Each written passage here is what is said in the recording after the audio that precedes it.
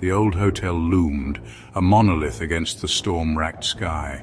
John, weary from his journey, just wanted a bed and oblivion. The desk clerk, face etched with long years and something akin to fear, handed him the key.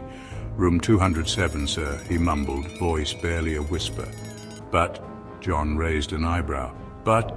"Don't mind the stories," the clerk said, eyes darting nervously. "Just an old hotel.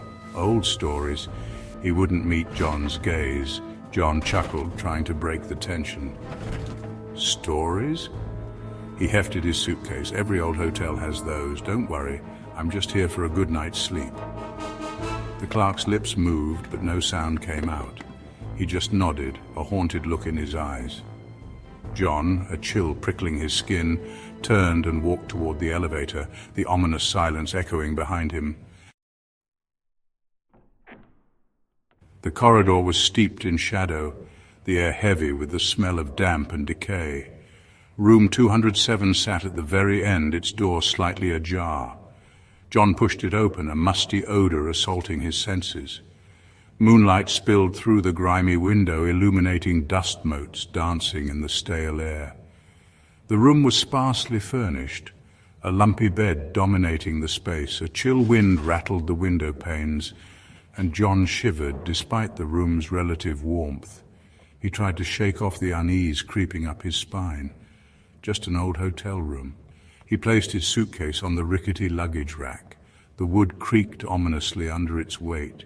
He turned to close the door, and that's when he saw it. A fleeting shadow, a whisper of movement in the far corner of the room. He froze, heart pounding in his chest. The shadow vanished as quickly as it had appeared. Sleep that night was fitful, plagued by nightmares he couldn't quite grasp.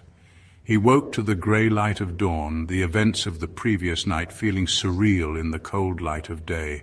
He packed his bag, determined to put the unsettling experience behind him. As he reached the door, he paused, hand hovering over the handle. The clerk's warning, the fleeting shadow. Something tugged at the edges of his curiosity, a morbid fascination he couldn't ignore. He found himself drawn back to room 207, an inexplicable compulsion urging him on. He knelt before the door, peering through the keyhole. The room was empty, lit by the pale morning light. He was about to turn away when he saw it. A figure standing by the window, back turned towards him. It was a man, tall and gaunt, his shoulders slumped as if carrying an immense weight. He wore a long, dark coat that seemed to absorb the light. John watched, transfixed, as the man slowly turned his head as if sensing his gaze. John's blood ran cold.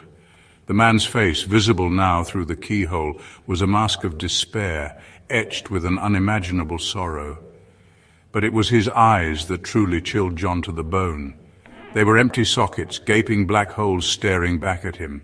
He stumbled back from the door, heart pounding against his ribs.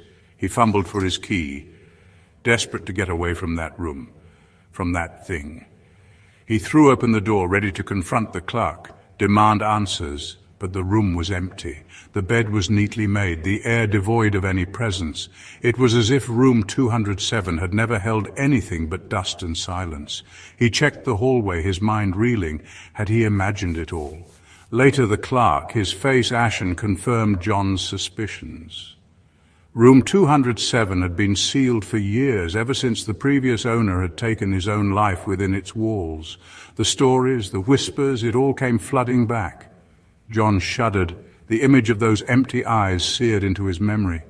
He left the hotel, shaken to his core, the question echoing in the silence he left behind. If the room has been sealed for years, who, or what, was looking back at him through that keyhole?